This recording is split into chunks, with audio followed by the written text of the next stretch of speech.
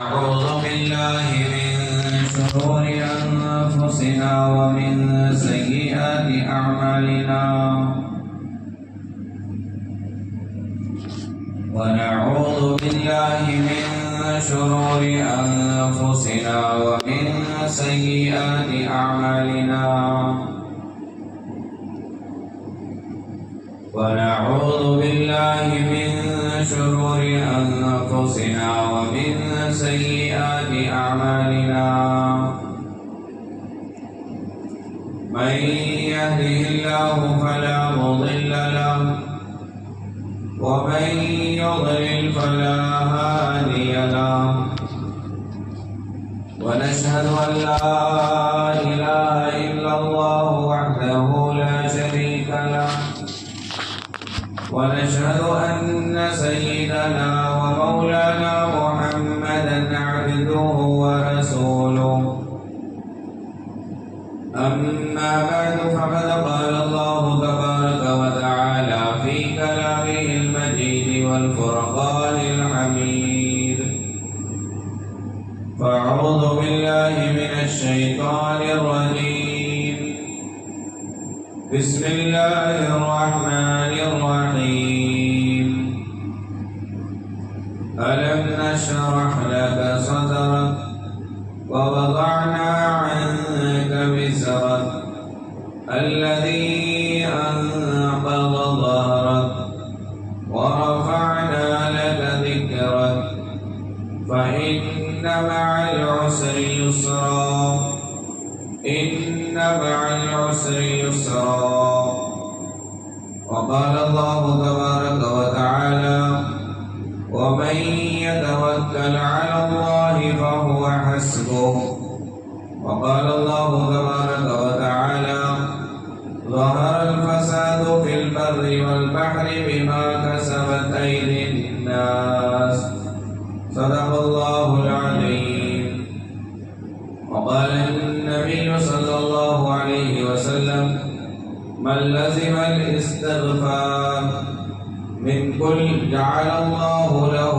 من كل ضيق مخرجا ومن كل هم فرجا ويرزقه من حيث لا يحتسب أو كما قال عليه الصلاة والسلام. معزز سامعین کرام، عزیزان گرامی، تمام تعریفیں اور صرف کائنات کے لیے سزاوار ہیں جس رب کائنات نے ہم تمام کو ایک چھوٹی سی زندگی دے کر دنیا میں بھیجا ہے. یہ دنیا حالات کی جگہ ہے، مصیبتوں کی جگہ ہے، آزمائش کی جگہ ہے.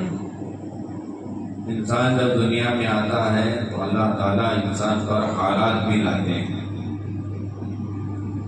حالات انسان پر آتے ہیں تین وجوہات میں سے، تین سبب میں سے کسی نہ کسی سبب کی وجہ سے آتے ہیں.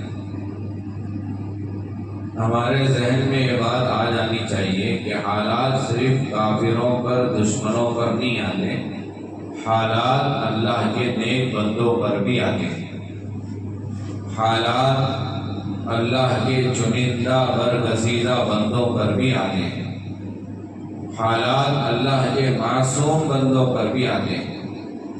زندگی میں ایک گناہ بھی نہیں ہوا اس پر بھی مصیبتیں آتی ہیں، حالات آتے ہیں.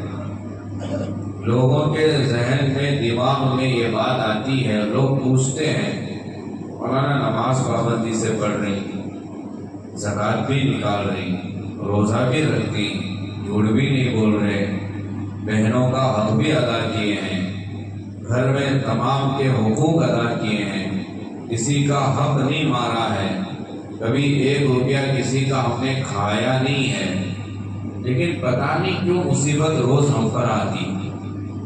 لوگ پوچھتے ہیں نمازیں بھی پڑھ رہی، سب کچھ ہو رہا، قرآن بھی پڑھ رہی، کسی کا حق اب تک مارا نہیں ہے، کھایا نہیں ہے، پھر بھی ہم پر روز کوئی نہ کوئی مصیبت آ جاتی ہے. بیماری، بچہ بیمار ہو جاتا ہے، کبھی بیوی بیمار ہو جاتی ہے، پتہ نہیں کبھی کبھی بزنس میں نقصان ہو جاتا ہے. اتنی عبادت کرنے کے باوجود یہ حالات کیوں آتے ہیں؟ اس کا جواب یہ ہے کہ نماز پڑھنے پر روزہ رکھنے پر، دین پر چلنے پر انسان پر حالات نہیں آئیں گے، یہ کس نے کہا؟ حالات تو آئیں گے۔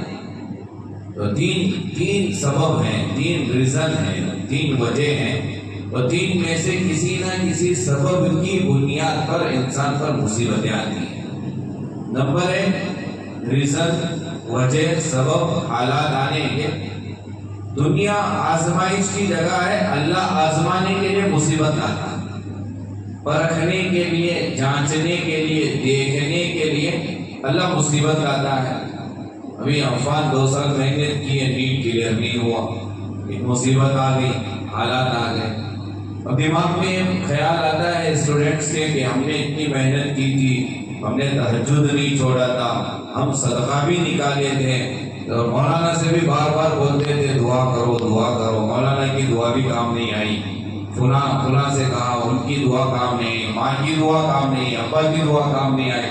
تو انسان پھر مایوس ہو جاتا ہے کہ اتنا سب کچھ کے باوجود کیوں نہیں بنا تھا۔ اب اس کا جواب ہے قرآن نے جواب دیا، وَلَنَبْلُوَنَّكُمْ بِشَيْءٍ مِّنَ الْخَوْفِ وَالْجُوعِ وَنَقْصٍ مِّنَ الْأَمْوَالِ وَالْأَنفُسِ وَالثَّمَرَاتِ وَبَشِّرِ الصَّابِرِينَ۔ تو پہلی وجہ، پہلا ریزن حالات آنے کی وہ گناہ نہیں ہے، وہ اللہ کو ناراض کرنا نہیں ہے کہ اللہ ناراض ہوا ہے اس لیے حالات آئے ہیں، ہم اللہ کو ناراض کیے ہیں، ہم نے نبی کو چھوڑ دیا اس لیے مصیبت، ایسی بات نہیں ہے۔ اللہ فرما رہا ہے کہ تم دین پر پورا چلتے رہو گے تب بھی تم پر مصیبت آئے گی، مکمل دین پر چل رہے ہو تب بھی حالات آئیں گے۔ کیوں آئیں گے؟ اس کی وجہ قرآن بیان کرتا ہے، ہم آزمائیں گے، ہم دیکھیں گے، پرکھیں گے، جانچیں گے، اور دین پر چلنے کے باوجود حالات آئیں گے، تو ان حالات میں بندہ دین پر جمے رہے گا یا دین سے ہٹ جائے گا۔ اور بہت ساروں کو ہم نے دیکھا ہے، آپ نے بھی دیکھا ہوگا، اور روزانہ تہجد پڑھتا تھا، مصیبت آ گئی، تہجد سے دور ہو گیا، اور روزانہ 5 وقت کی نماز کو آتا تھا، بیٹی کا طلاق ہو گیا، مسجد سے دور ہو گیا، اور روزانہ مسجد سے چپکا رہتا تھا، اور بیٹے کا انتقال ہو گیا، مسجد سے دور ہو گیا، اور ملاقات کر کے اس سے پوچھیں گے کیوں بھائی پہلے نماز آتے تھے، مسجد آتے تھے، اب دور ہو گئے، تو کہتے کیا نماز پڑھ دو کیا فائدہ، اتنا میں نماز پڑھتا تھا اللہ میرے بیٹے کو اٹھایا گا، اس میں اتنا میں نمازیں پڑھتا تھا، اتنا میں لوگوں کو کھانا کھلاتا تھا، کیا فائدہ میری بیٹی کا طلاق ہو گیا۔ اللہ تو آزمانے کے لیے مصیبت لائے تھے، اللہ دیکھنا چاہتے تھے، اللہ جانچنا چاہتے تھے کہ یہ مصیبت کے آنے کے بعد بھی نماز پڑھے گا یا نہیں پڑھے گا، مصیبت آنے کے بعد بھی یہ بندہ شریعت کے مطابق زندگی گزارے گا نہیں گزارے گا۔ تو یہ ریزن ہے، یہ وجہ ہے، یہ سبب ہے کہ اللہ پرکھنا چاہتے ہیں، جانچنا چاہتے ہیں کہ مصیبت کے بعد جمے رہیں گے یا پیر اکھڑیں گے۔ اللہ قرآن میں کہہ رہا ہے ہم آزمائیں گے، وَلَنَبْلُوَنَّكُمْ، ہم آزمائیں گے۔ اور اللہ دوسری جگہ قرآن میں کہہ رہا ہے ہم حَسِبْتُمْ أَن تَدْخُلُوا الْجَنَّةَ، کیا سمجھتے ہو جنت ایسے ہی فری میں ملے گی؟ وہ جنت باپ کی جاگیر تھوڑی ہے، وہ ماں کی جاگیر تھوڑی ہے، وہ ایسے اللہ فری میں دے دے گا۔ آگے اللہ فرما رہا ہے ہم حَسِبْتُمْ أَن تَدْخُلُوا الْجَنَّةَ وَلَمَّا يَأْتِكُمْ مَثَلُ الَّذِينَ خَلَوْا مِن قَبْلِكُمْ مَسَّتْهُمُ الْبَأْسَاءُ وَالضَّرَّاءُ وَزُلْزِلُوا حَتَّى يَقُولَ الرَّسُولُ وَالَّذِينَ آمَنُوا مَعَهُ مَتَىٰ نَصْرُ اللَّهِ۔ یہ پوری آیت اللہ فرما رہا ہے، پوری آیت میں کہ اللہ چھچوڑے گا دنیا میں، نچوڑ کو بیٹا تجھے نچوڑ کو دیکھ دو۔ اللہ قرآن میں ہم سے کہہ رہا ہے کہ ہم تمہیں نچوڑیں گے، ہم تمہیں چھجوڑیں گے، ہم تمہیں ہلائیں گے، ہلا کر دیکھیں گے۔ اور دیکھا جاتا نہیں دیکھا جاتا، کھرا ہے کہ کھوٹا ہے، وہ اصلی ہے کہ نقلی ہے، نوٹ ایسے اٹھا کے دیکھ رہے ہیں، یہ اصلی نوٹ ہے کہ نقلی نوٹ ہے۔ یہ سونے کو آگ میں ڈال کر دیکھا جا رہا ہے کہ یہ پگھلتا ہے یا نہیں پگھلتا ہے، وہ پگھلتا ہے تو پھر وہ سونا اصلی نہیں ہے، وہ نہیں پگھلتا ہے تو پھر وہ اصلی ہے۔ جیسے سونے کو پرکھا جا رہا ہے، نوٹ کو پرکھا جا رہا ہے، تو قرآن کہہ رہا ہے کہ ہم بھی تمہیں ایسے ہی پرکھیں گے، ہم بھی تمہیں ایسے ہی آزمائیں گے، ہم بھی تمہیں ایسے ہی مصیبت میں ڈالیں گے۔ کبھی جوان بیٹے کی موت لے کر ہم پرکھیں گے، اور کبھی کینسر کی بیماری میں مبتلا کر کے تمہیں آزمائیں گے، کبھی اچانک ہارٹ تمہیں آ کر تمہاری آزمائش ہوگی، اور کبھی بزنس آسمانوں پہ چل رہا ہوگا، اور زمین پہ پٹک کے اللہ تعالیٰ دیکھیں گے کہ یہ بندہ دین پر باقی رہے گا کہ نہیں رہے گا۔ یہ اعلیٰ آنے کی وجہ سبب اللہ دیکھنا چاہتے ہیں۔ کسی پر کوئی مصیبت آتی ہے تو ہم لوگ اتنے برا گمان رکھنے والی قوم ہے. ہم لوگ دوسروں کے تعلق سے اتنا برا گمان رکھتے ہیں کہ بھئی کسی پر کوئی مصیبت آ گئی، بیمار ہو گیا، پریشان ہو گیا، گھاٹا ہو گیا، تو ہم فوراً کہتے ہیں کہ بڑا گنہگار ہے، کوئی گناہ کیا ہوگا. تو کوئی مصیبت انسان پر آتی ہے تو اس کا ریزن گناہ نہیں ہوتا، ہمیشہ گناہ سبب نہیں ہوتا. کوئی فیل ہو گیا، ناکام ہو گیا اسٹوڈنٹ، ہم اسے یہ نہیں کہہ سکتے کہ شاید کسی لڑکی کے ساتھ افیئر چل رہا تھا، کسی کے ساتھ غلط کام میں مبتلا ہوگا اور دیکھنے میں صوفی دکھ رہا ہے اور دیکھنے کے اندر اللہ والا دکھ رہا ہے، تو کیا پتا کتنا گناہ کیا ہوگا جس کی وجہ سے فیل ہوا، جس کی وجہ سے ناکام ہوا، جس کی وجہ سے خسارے میں مبتلا ہوا، جس کی وجہ سے بیٹی کا طلاق ہوا، جس کی وجہ سے بیٹے کا انتقال ہوا. تو ریزن گناہ نہیں ہوتا، مصیبت کی وجہ گناہ نہیں ہے. انسان ہمیشہ سامنے والے پر کوئی مصیبت آ گئی، اب ہم لوگ 4 لوگ بیٹھے، اب چرچا شروع. کیا چرچا؟ اس کی بیٹے کا معلوم کہیں کو ہوا تھا، انہیں وہ کرتا تھا، اس کے بارے میں اللہ لایا. ہم لوگ نہیں جانتے اللہ کیوں مصیبت لائے. ایک آنے کی وجہ مصیبت کی، وہ اللہ تعالیٰ آزمانا چاہتا ہے، دیکھنا چاہتا ہے کہ بندہ قائم رہے گا، ہٹے گا. پوری ہسٹری اٹھا کر کے دیکھو، گناہ کی وجہ سے اگر مصیبت آتی تو پھر حضرت آدم پر کیوں مصیبت آئی؟ حضرت آدم علیہ السلام کی کتنی بڑی مصیبت، جو کپڑے حضرت آدم کے جسم پر تھے اللہ وہ کپڑے اتار کر دنیا میں ننگا اتارا ہے، بغیر کپڑے کے ننگے اترے ہیں. اور کتنی بڑی مصیبت، اتنی بڑی مصیبت تو ہم پر نہیں آئی. اللہ ہمیں ننگا تو نہیں کیا. نقصان ہو رہا ہے کاروبار کا تو 1000 2000 لاکھ 2 لاکھ کا نقصان ہو رہا ہے. اتنا بڑا نقصان تو ہمارے کاروبار کا، ہماری نوکری کا، ہمارے بزنس کا نہیں ہوا کہ ہمارے کپڑے بھی چھین لیے گئے اور ننگا کر دیا گیا آفس میں اور ننگا کر دیا گیا بازار میں. ایسا تو نہیں ہوا. حضرت آدم علیہ السلام کی مصیبت دیکھو، اللہ نے کپڑے اتارا اور زمین پہ اتارا، اور جن کے ساتھ زندگی گزر رہی ہے، عیش و عشرت، بیوی صاحبہ اور رفیق حیات ہے، اور اللہ نے جدا کیا حضرت حوا کو، حضرت آدم کو جدا کیا، اور دونوں جدا ہو گئے. جسم پر کپڑے نہیں ہیں اور میاں بیوی جدا ہو گئے. اور جنت جیسی آرام کی جگہ وہاں سے نکال کر دنیا جیسی مصیبت کی جگہ اللہ نے لایا. وہ جنت ایسی آرام کی جگہ ہے، وہ انسان کا دل وہاں لگتا ہے، وہاں سے کبھی باہر آنے کا کسی کا جی نہیں چاہتا. کوئی بے وقوف ہی ہوگا جو جنت چھوڑنا چاہے، کوئی نالائق بے وقوف ہی ہوگا جسے جنت پسند نہ ہے، ورنہ جنت کون چھوڑے گا. لیکن اللہ نے جنت سے نکالا حضرت آدم کو، حوا کو، اور جدا کیا میاں بیوی کو، اور جسم سے کپڑے اتارے، اور اتنی بڑی مصیبت میں اللہ نے حضرت آدم کو لایا. نعوذ باللہ، ہم یہ نہیں کہہ سکتے حضرت آدم کے بارے میں حضرت آدم گنہگار تھے. نبی گناہوں سے معصوم ہوتا ہے، تو نبی پر جو حالات آئی، مصیبت آئی، وہ کیوں آئی؟ وہ اللہ آزمانا چاہتا تھا، پرکھنا چاہتا تھا، جانچنا چاہتا تھا کہ آدم مصیبت کے بعد بھی میرے قریب ہوگا، دور ہوگا. حضرت آدم تو اور قریب ہو گئے اور روتے رہے، اور جب تک دنیا میں رہے اپنے آنکھ آسمان کی طرف اٹھا کر کے نہیں دیکھا، اور اتنا رویا کہ یہ دونوں یہاں آنسوں کی وجہ سے لڑی بن گئی تھی، گڑا بن گیا. اتنا ربنا هب لنا من ازواجنا ربنا ظلمنا انفسنا وان لم تغفر لنا وترحمنا لنكونن من الخاسرين. اور اللہ سے توبہ کرتے رہے تو مصیبت میں اللہ سے دور نہیں ہوئے، حضرت آدم قریب ہوئے. یہ ہمیں سبق ملتا ہے. مصیبت آئی دور نہیں ہونا، مسجد نہیں چھوڑنا، نماز نہیں چھوڑنا، اللہ کے حکم کو نہیں چھوڑنا، شریعت کو نہیں چھوڑنا، بلکہ اور اللہ کے قریب ہونا ہے. حضرت آدم پر مصیبت آئی، حضرت آدم اور قریب ہو گئے. حضرت نوح علیہ السلام کو پتھروں سے مارا جاتا تھا، اور 950 سال، 1 دن 2 دن 1 سال 2 سال 50 سال 100 سال کی زندگی نہیں، اور 950 سال زندگی حضرت نوح نے محنت میں لگائی، اور یہاں مصیبت ہی مصیبت آتی رہی، اور حضرت نوح علیہ السلام مصیبت کو جھیلتے تھے اور اللہ کے قریب ہوتے. اور حضرت موسیٰ علیہ السلام کے حالات کیسے حالات؟ اس زمانے میں پیدا ہو رہے حضرت موسیٰ کہ جو بھی لڑکا پیدا ہوتا تھا فوراً قتل، فوراً جان سے مار دیا جاتا تھا. اور فوج کا کام ہی یہ تھا، محلے میں فوج کی ڈیوٹی لگائی تھی فرعون نے کہ ہر محلے کا چکر کاٹنا روزانہ، اور دیکھنا کہ کس گھر میں حاملہ عورت ہے، اور ڈیلیوری کے وقت کا انتظار کرنا، اور گھر میں جیسے ہی ڈیلیوری ہو جائے اور دیکھنا کہ لڑکا ہے کہ لڑکی ہے، اور جیسے ہی پتا چلے کہ لڑکا ہے اور فوراً اسے ذبح کر دینا. وہ بچہ ادھر پیدا ہو رہا ہے ادھر ذبح ہو رہا. مفسرین نے تفسیر کی کتاب میں لکھا ہے فرعون نے حضرت موسیٰ کے ڈر سے 70,000 بچوں کو قتل کیا.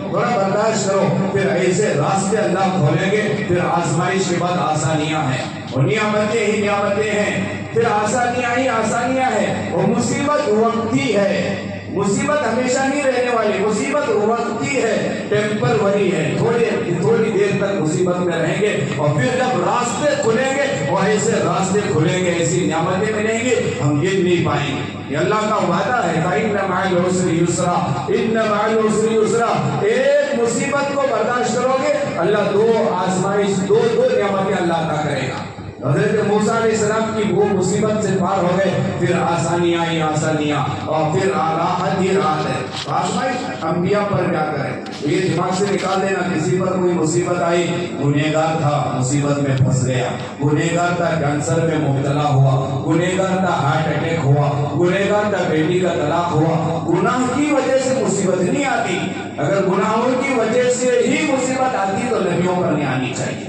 حضرت موسیٰ پر، حضرت نوح پر، حضرت آدم پر مصیبت آئی، اور حضرت ایوب علیہ السلام پر کیسے حالات آئے، اور حضرت یونس علیہ السلام کو اللہ نے کیسی مصیبت میں پھانسا۔ فنادا فی الظلمات، ایک اندھیری نہیں، اندھیریاں، پلورل جمع کا صیغہ استعمال ہوا ہے قرآن میں، فنادا فی الظلمات۔ اور حضرت یونس علیہ السلام وہ مچھلی کے پیٹ کا اندھیرا، اور سمندر کا اندھیرا، اور رات کا اندھیرا، اور تین اندھیریوں میں اللہ نے حضرت یونس کو ڈالا ہے، اور پھر آسانیاں آئی، اللہ نے نجات دی، اور کتنے دن رہے حضرت یونس اندر، وہ پھر بعد میں باہر نکلے، اللہ نے نجات دی۔ تو یہ دنیا آزمائش دے گا، اور ہمارے نبی علیہ السلام کی مصیبتیں کتنی مصیبتیں، کیسے حالات، کیسے آزمائش، جو زندگی بھر حضرت نبی علیہ السلام کو تسلی دینے والی، ساتھ دینے والی حضرت خدیجہ الکبریٰ رضی اللہ عنہا، وہ ایسی عورت، جنت کی ایسی عورت ہے دنیا میں، حضرت خدیجہ تنہا وہ عورت ہے جسے دنیا کا کوئی انسان نہیں، اللہ نے سلام بھیجا ہے،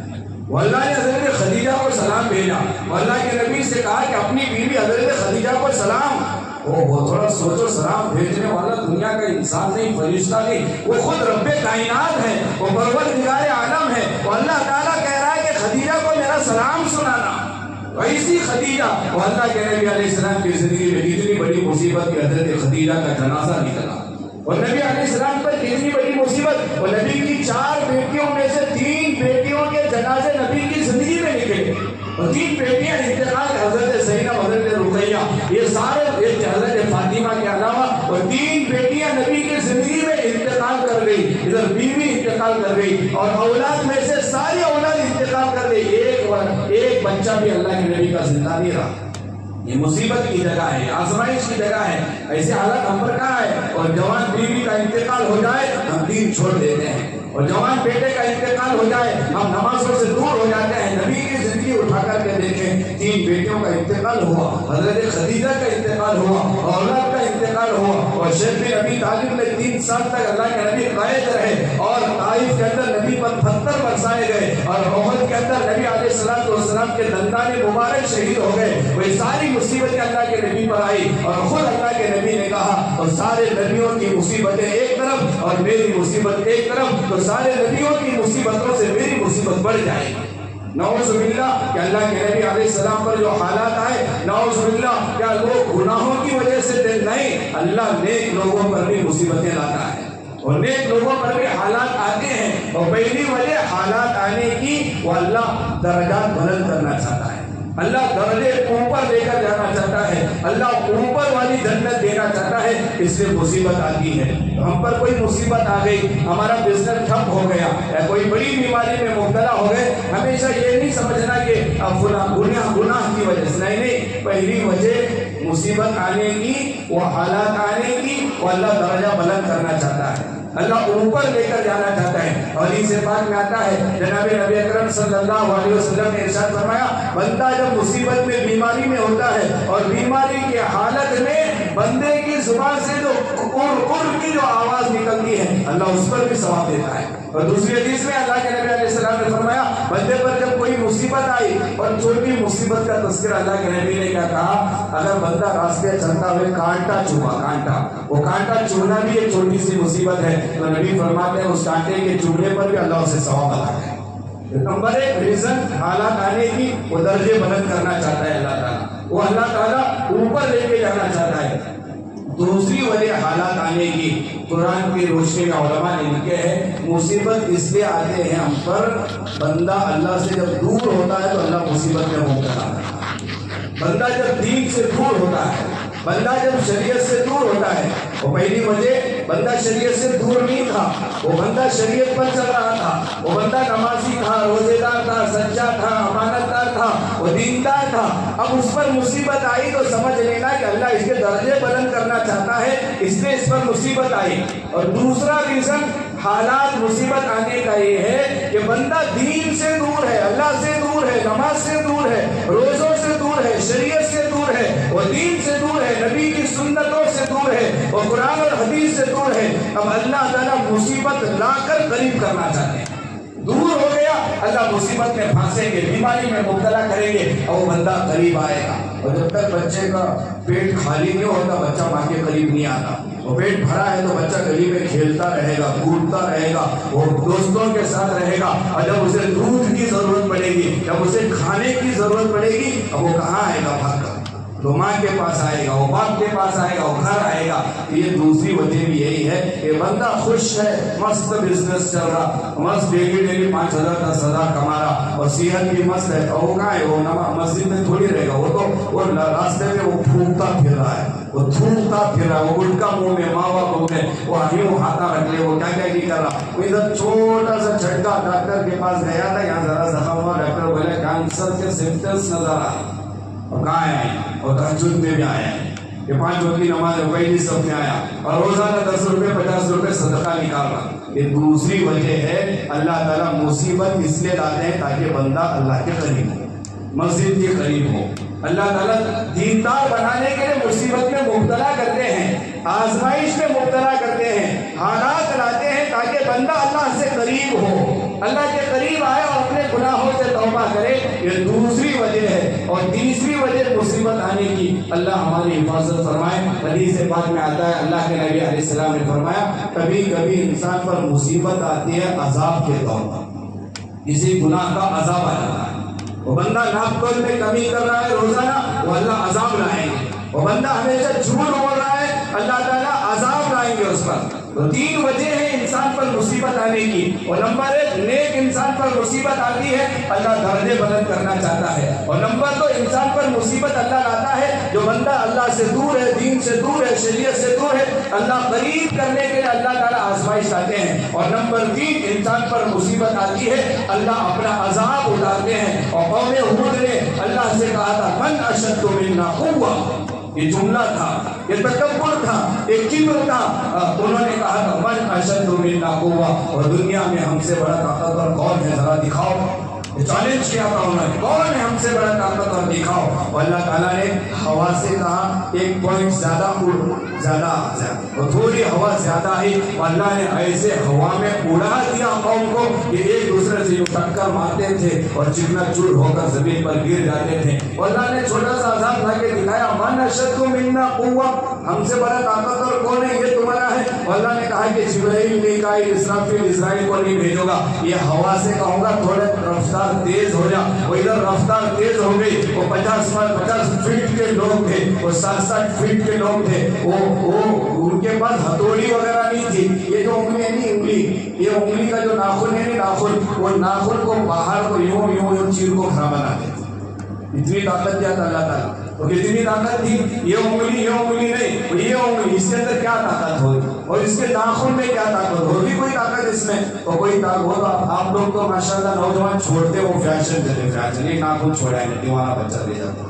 بہرحال تو وہ جو قوم تھی وہ یہ ناخن کے تراش کر, وہ کسے تراش رہے ہیں, وہ ایسا نہیں کہ ہماری جو ٹینکی یہ نہیں ہے, سیمنٹ نہیں ہے, وہ پہاڑ کو تراش کے گھر بناتے, وہ پہاڑوں کے گھر بناتے, اور ایسے گھر بناتے تھے کہ مطلب بھول بھلیا کی طرح. اور یہ دعویٰ انہوں نے کیا تھا من اشد منا قوہ, اب ہم سے بڑا طاقتور کون ہے, آئے گا عذاب, وہ پہاڑ میں ہمارے گھر ہیں, وہ کہاں سے عذاب آئے گا پہاڑ میں. اور اللہ نے کیا کیا, اللہ نے کہا ہوا سے ذرا تیز چل کے دکھا. ادھر ہوا ذرا تیز چلی اور ادھر اللہ تعالیٰ نے ایسے ہوا میں اڑایا. یہ 50-60 فٹ کے ہائٹ, اور یہ طاقتور لوگ وہ آپس میں ایک دوسرے سے ایسا ٹکرا گئے اور ٹکرا کے گر کے مر گئے، وہ سارے ہلاک ہو گئے۔ تو یہ حالت آئی، مصیبت آئی، یہ اللہ کا عذاب ہے۔ یہ مصیبت اللہ کیوں لاتا ہے؟ وہ عذاب کے لیے۔ ہمیں سوچنا چاہیے کہ مجھے اوپر جو مصیبت آئی، میرے اوپر جو حالات آ رہے ہیں، یہ درجے بلند کرنے کے لیے آ رہے ہیں، یا میں دین سے دور ہوں اس لیے آ رہے ہیں، یا میرے کسی گناہ کا عذاب ہے؟ یہ ہر ایک اپنے طور پر سوچنا۔ میرے اوپر کوئی بیماری آ گئی، کینسر میں اللہ حفاظت فرمائے، کینسر ہو گیا، ہارٹ ہو گیا، شوگر ہو گیا، تو انسان 5 منٹ بیٹھ کے سوچنا 3 میں سے کون سا ریزن؟ میں پورا نمازی، پورا دیندار ہوں، اللہ درجے بلند کرنے کے لیے یہ بیماری لایا ہوگا۔ نمبر 2، نہیں میں نماز ذرا کمزور ہوں، اللہ مجھے قریب کرنے کے لیے یہ بیماری لایا۔ اور نمبر 3، نہیں گناہ مجھ سے نہیں چھوٹا، وہ گناہ کا عذاب ہوگا۔ یہ 3 میں سے ایک ریزن، اور سوچ کر توبہ کریں، اللہ کے قریب ہو جائیں۔ اور اللہ تعالیٰ فرماتا ہے وَمَن لَزِمَ الْإِسْتِغْفَارَ، جو بندہ توبہ کرتا ہے، مِن كُلِّ ضِيقٍ مَخْرَجًا، اللہ ہر تنگی سے نکالے گا، وَمِن كُلِّ هَمٍّ فَرَجًا، اللہ ہر غم سے نجات دے گا۔ اللہ نے سبب بھی بیان کیا، مصیبت سے نجات چاہتے ہو وہ توبہ کرو، استغفار کرو، وہ اللہ کے قریب آ جاؤ، اللہ کے یہاں توبہ کرو، اللہ تعالیٰ مصیبت سے نجات دے گا، وہ غم سے نجات دے گا۔ وَمِن كُلِّ هَمٍّ فَرَجًا وَيَرْزُقْهُ مِنْ حَيْثُ لَا يَحْتَسِبُ، اللہ فرماتا ہے وہاں سے روزی دوں گا جہاں سے تمہارا گمان بھی نہیں ہوگا، تم نہیں سمجھو گے روزی۔ امام ابو قلابہ رحمۃ اللہ علیہ بہت بڑے اللہ والے گزرے ہیں، امام ابو قلابہ، اور گھر میں ان کی بیوی نے رات میں کہا کہ گھر میں کھانے کے لیے کچھ نہیں ہے، رات ہو گئی ہے، چولہا سلگا بھی نہیں ہے، کچھ پکانے کے لیے کچھ نہیں ہے، بڑی تنگی ہے۔ امام ابو قلابہ رحمۃ اللہ علیہ فرماتے ہیں رات کی تنہائی میں بیوی نے شکایت کی کھانا پینا کچھ نہیں ہے۔ امام ابو قلابہ وہ گھر کی دہلیز پر دروازے پر آ کر کھڑے ہو گئے تو تیز بارش ہو رہی تھی۔ امام ابو قلابہ نے سوچا کہ اتنی رات ہے اور تیز بارش ہے اور گھر میں کھانے کے لیے کچھ نہیں ہے، اللہ تعالیٰ میرے لیے کھانے کا انتظام کیسے کرے گا؟ وہ پیسہ نہیں ہے، کیسے انتظام ہوگا؟ یہ سوچ کر اللہ کی طرف متوجہ ہو کر امام ابو قلابہ گھر کے دہلیز پر کھڑے تھے۔ امام ابو قلابہ فرماتے ہیں الفرج بعد الشدہ نامی کتاب میں واقعہ ہے کہ امام ابو قلابہ فرماتے ہیں ایک عورت گھوڑے یا اونٹ پر سوار ہو کر وہ مدینے کی گلی میں پوچھ رہی ہے کہ امام ابو قلابہ کا گھر کہاں ہے مجھے بتاؤ۔ وہ پوچھتے ہوئے آ رہی ہے اور لوگوں نے کہا کہ وہاں ہے امام ابو قلابہ کا گھر۔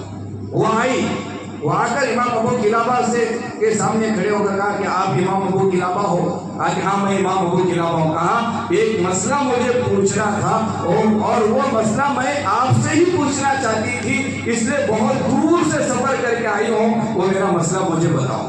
تو پوچھا کیا پوچھنا چاہتی ہے؟ کہا کہ یہ میرا مسئلہ ہے۔ اور امام ابو قلابہ نے جواب میں کہا کہ اس کا جواب یہ ہے۔ وہ جواب سن کر خوش ہوئی اور اپنے پاس سے ایک تھیلی نکال کر کے دیا، کہا کہ یہ میری طرف سے تحفہ ہے، یہ گفٹ ہے، یہ ہدیہ ہے۔ وہ مسئلہ معلوم کر کے تحفہ دے کے چلی گئی۔ امام ابو قلابہ وہ تھیلی کھول کے دیکھا تو 30 سونے کے اشرفیاں تھیں، اور 30 سونے کے دینار تھے۔ وہ رات کی تنہائی ہے، وہ بارش کا موسم ہے اور بہت زیادہ بارش ہو رہی ہے، وہ اللہ پر بھروسہ، وہ اللہ کی طرف متوجہ، تو اللہ کے نبی نے جو کہا تھا وہ ہو کر رہا۔ وَيَرْزُقْهُ مِنْ حَيْثُ لَا يَحْتَسِبُ، آؤ اللہ کے پاس اور مانگ کر کے دیکھو، اللہ وہاں سے روزی کا دروازہ کھولے گا جہاں تمہارا گمان بھی نہیں ہوگا۔ تم نہیں سمجھ سکتے کہ اللہ مجھے یہاں سے بھی روزی دے سکتا ہے، یہاں سے بھی میرے لیے دروازے کھول سکتے ہیں۔ اور رات کی تنہائی میں امام ابو قلابہ کے اللہ نے راستے کھول کے دکھایا۔ حضرت دانیال علیہ السلام اور بہت وقت کے پیغمبر نبی اور بخت نصر بادشاہ کے زمانے کے نبی، بخت نصر بادشاہ، ظالم بادشاہ، امام دانیال علیہ السلام نبی کو قید کیا اور قید کر کے کنویں میں اس نے بند کیا، اور کنویں میں ہے تو کسی کو پتا نہیں ہے دانیال علیہ السلام کہاں ہے، اور وہ کنویں میں ہے۔ اور حضرت دانیال علیہ السلام کنویں میں اللہ کی طرف متوجہ، وہ اللہ کا ذکر کر رہے ہیں۔ اب کنویں میں ہے، موبائل کا زمانہ نہیں ہے کہ کال کرے میسج کرے، وہ کنویں میں حضرت دانیال، اور لوگوں کو پتا نہیں ہے، اب یہ تنہا ہے اور ایسے ہی بھوکے پیسے ان کی زندگی شروع ہو گئی۔ اور دوسرے ملک میں، دوسرے علاقے میں دوسرے نبی حضرت آرمیہ علیہ السلام، یہ دانیال علیہ السلام بخت نصر بادشاہ کے وہاں کے، ایک حضرت آرمیہ علیہ السلام دوسرے جگہ کے، وہ اللہ تعالیٰ نے وہی بھیجی، حضرت آرمیہ سے کہا اور کھانا تیار کرو، وہ کھانا تیار کرو، وہ پانی کا انتظام کرو، وہ توشہ پورا ریڈی کرو۔ حضرت آرمیہ اللہ کا حکم سن کر وہ پورا توشہ ریڈی ہوا، وہاں کے میرا بندہ میرا نبی دانیال وہ کنویں میں قید ہے، تمہیں وہاں جا کر وہ کھانا پہنچانا ہوگا۔ وہ ایروپلین کا زمانہ نہیں تھا، وہ پلین وغیرہ نہیں تھا، وہ کھانا توشہ پکڑ کے حضرت آرمیہ کھڑے ہو گئے۔ وہ اللہ سے کہا کہ اللہ وہ فلاں ملک میں حضرت دانیال ہے اور مجھے پتا بھی نہیں ہے کون سا کنواں ہے۔ تو حضرت آرمیہ سے اللہ نے کہا کہ توشہ ہاتھ میں پکڑے رکھو۔ حضرت آرمیہ توشہ ہاتھ میں پکڑے ہیں، پانی ہاتھ میں پکڑے ہیں۔ اللہ نے حکم دیا، ہوا سے کہا کہ لے کے جاؤ، یہ ہوے میں اڑا کر انہیں لے کے چلی گئی ہوا۔ ہو گئی اور جا کر حضرت دانیال کے کنویں کے پاس اتاری ہوا۔ یہ اترنے کے بعد حضرت آرمیہ اوپر سے السلام علیکم دانیال کہاں ہو؟ وہ اندر کنویں سے حضرت دانیال نے کہا وعلیکم السلام، کون ہو؟ کہا آرمیہ ہوں، اور اللہ نے تمہارے لیے کھانا بھیجا ہے، اللہ نے تمہارے لیے پانی کا انتظام کیا ہے۔ اور اوپر سے نیچے حضرت آرمیہ نے حضرت دانیال کو کھانا بھیجا، اور جیسے ہی کھانے کا توچہ حضرت دانیال نے کنویں میں پکڑا اور زبان سے ایک جملہ نکلا، وہ جملہ ہمیں یاد رکھنے کے قابل ہے، الحمدللہ الحمدللہ الذی لا ینسانی من ذکرہ، الحمدللہ الذی لا ینسانی من ذکرہ۔ حضرت دانیال نے کہا تمام تعریفیں اس اللہ کے لیے ہیں جو اللہ کو یاد کرتا ہے، اللہ اسے بھلاتا نہیں، جو اللہ کو یاد کرتا ہے اللہ اسے چھوڑتا نہیں ہے، اللہ اسے رائے گاہ جانے نہیں دیتا ہے، بھلے وہ کنویں میں کیوں نہ ہو، بھلے اسے کوئی دیکھتا نہ ہو، لیکن اللہ تعالیٰ دیکھ رہا ہے، اللہ وہاں بھی روزی پہنچائے گا، اللہ وہاں بھی پانی پہنچائے گا۔ بھلے ہم اللہ کو پکار کر کے تو دیکھیں، وہ مصیبت آ گئی ڈاکٹر یاد آتا ہے، وہ پیسے ختم ہو گئے مالدار یاد آتا ہے، اور اگر کوئی کام نہیں بن رہا MLA یاد آتا ہے، DC یاد آتا ہے، SP یاد آتا ہے۔ اللہ معاف فرمائے، اللہ ہمیں یاد نہیں آتا، مسجد ہمیں یاد نہیں آتی، صلاۃ الحاجہ ہمیں یاد نہیں آتا، صدقہ ہمیں یاد نہیں آتا، قرآن ہمیں یاد نہیں آتا، دین ہمیں یاد نہیں آتا۔ یہ شریعت یہ فرما رہی ہے، اللہ کے نبی یہ فرما کر چلے گئے وَمَن يَتَّقِ اللَّهَ يَجْعَل لَّهُ مَخْرَجًا، اور قرآن میں اللہ نے اعلان کیا اللہ پر بھروسہ کر کے دیکھو، اللہ کی طرف آ کر کے دیکھو، اللہ ایسے راستے کھولے گا جہاں تمہارا گمان بھی نہیں ہوگا۔ مصیبت آنے کے بعد وہ ڈرنا نہیں چاہیے، وہ آزمائش میں ڈرنا نہیں چاہیے، وہ اللہ کی طرف متوجہ ہونا، اللہ کو منائیں گے اللہ تعالیٰ راستے کھولے گا۔ اللہ تعالیٰ ہم تمام کو کئی باتوں پر عمل کی توفیق نصیب فرمائے۔ آمین۔ وآخر دعوانا الحمدللہ رب العالمین۔ 2000 سنت کی